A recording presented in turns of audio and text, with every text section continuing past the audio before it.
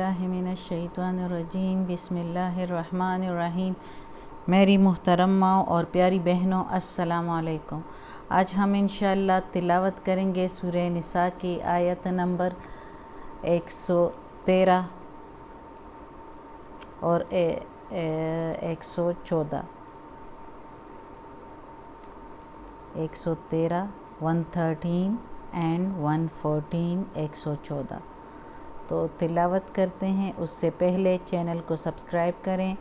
اور بیل کے آئیکن کو پریس کریں تاکہ اگلی ویڈیو آپ کو آسانی سے ملتی رہے، اور ویڈیو کو شیئر بھی کریں تاکہ زیادہ سے زیادہ ثواب ملے آپ کو بھی اور مجھے بھی انشاءاللہ۔ تو شروع کرتے ہیں سبق۔ اعوذ باللہ من الشیطان الرجیم بسم اللہ الرحمن الرحیم۔ ولولا، اور اگر نہیں، فضل اللہ، فضل اللہ، اللہ کا، اور اگر نہیں ہوتا فضل اللہ کا، علیک، اوپر تمہارے، ورحمتہ، اور رحمت اس کی، اور رحمت ہو اس کی، یعنی اللہ کی، لہمت، البتہ ہمت کر چکے، طائفتن، ایک گروہ، طائفتم منہم، ان میں سے ایک گروہ، ان منہم، طائفتن کے میننگ ہے گروہ یا جماعت، اور منہم ان میں سے، تو ہمت کر چکی تھی ایک گروہ ان میں سے، ان یضلوک، یہ کہ بہکائے تجھ کو، یضلو، بہکائے کا تجھ کو، وما، اور نہیں، یضلون، بہکا سکتے، الا، مگر، انفسہم، اپنی جانوں کو، اور نہیں بہکا سکتے تجھ کو مگر اپنی جانوں کو، وما، اور نہیں، یضرونک، وہ بگاڑ سکتے تمہارا، من شیء، کچھ بھی، اور نہ ہی وہ تمہارا کچھ بگاڑ سکتے ہیں۔ وَأَنزَلَ اللَّهُ، اور اتاری ہے اللہ نے، عَلَيْكَ، اوپر تمہارے، عَلَيْكَ الْكِتَابَ، اوپر تمہارے کتاب، اللہ نے اتاری ہے اوپر تمہارے کتاب، والحکمت، اور حکمت کی باتیں، یعنی راز کی اندر کی باتیں وحی کر کے، وَعَلَّمَكَ، اور سکھلایا تجھ کو، ما لم، جو نہیں، تکن، تم ہو، تعلم، جانتے تھے، تم جانتے تھے، جو نہیں تم جانتے تھے۔ اب آگے بھی ہے، وَكَانَ، اور ہے، فضل اللہ، فضل اللہ کا، علیک، اوپر تمہارے، عظیما، بہت بڑا، اور اللہ کا فضل اوپر تمہارے بہت بڑا ہے، یعنی آپ صلی اللہ علیہ وآلہ وسلم کو اللہ تعالیٰ بتا رہا ہے کہ آپ کے اوپر اللہ کا فضل بہت زیادہ ہے۔ اب یہ آیت بھی وہ پیچھے آیت کے ساتھ منسلک ہے، جو ایک مسلمان چور نے چوری کی تھی آٹے کی بوری، اور وہ جو ہے یہودی کے گھر رکھوا کے تو اس پر چوری کا الزام لگوایا، جس کی چوری کی تھی، تو وہ جو ہے رسول پاک صلی اللہ علیہ وسلم کے خدمت میں آئے، اور جب فیصلہ ہو رہا تھا تو مسلمان کے، وہ جس نے چوری کی تھی مسلمان، وہ جو ہے وہ ایک کچا ہی مسلمان تھا جو اس طرح کر رہا تھا جس نے چوری کی تھی، تو اس کے پورے خاندان نے اس کا ساتھ دیا، اس کے دوستوں یاروں نے اس کا ساتھ دیا کہ ہماری عزت بچی رہے، اور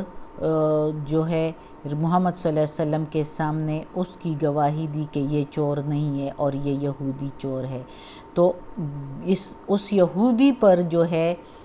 آخر میں ایسے ہونے لگا ان گواہوں کی موجودگی میں اور سارے صحابہ کرام کی موجودگی میں اور رسول پاک صلی اللہ علیہ وسلم کی موجودگی میں،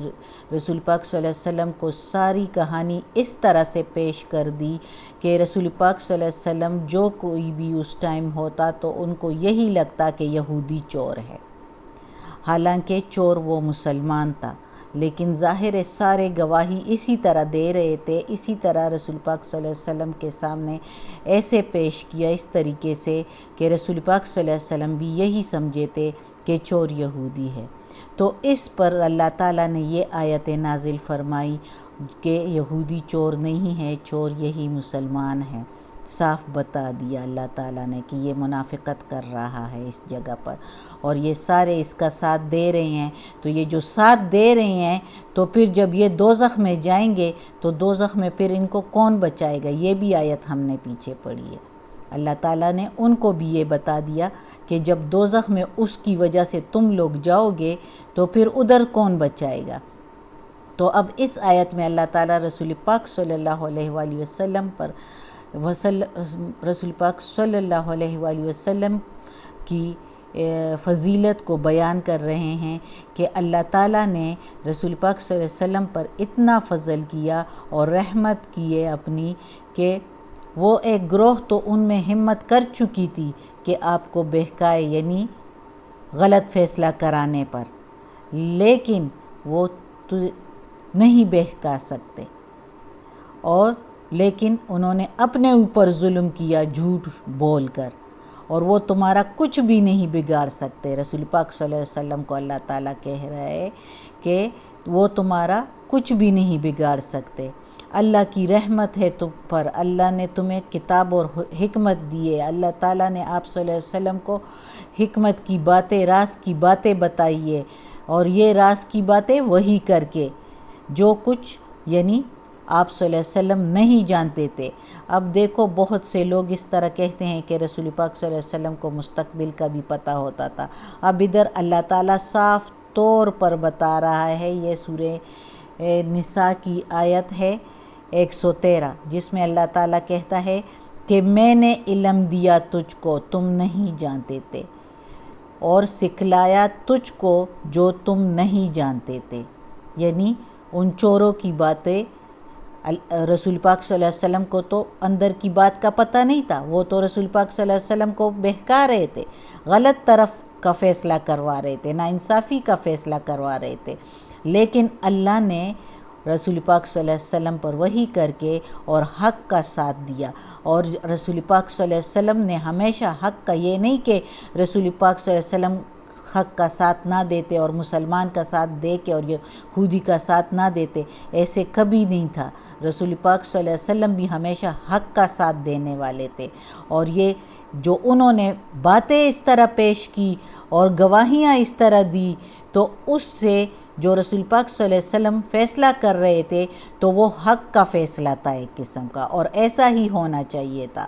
لیکن اندر کی باتوں کا تو رسول پاک صلی اللہ علیہ وسلم کو پتہ نہیں تھا نا۔ وہ اللہ تعالیٰ نے وہی بھیج دی، اور وہی کے ذریعے رسول پاک صلی اللہ علیہ وسلم کو پتہ چلا، اور اس طرح جو ہے یہودی کا حق یہودی کو ملا، اور جو چور تھا اس کو سزا اس کی ملی۔ اور اللہ تعالیٰ کہتا ہے کہ ہمیشہ اللہ کا فضل ہے رسول پاک صلی اللہ علیہ وآلہ وسلم پر کہ وہ جو ہے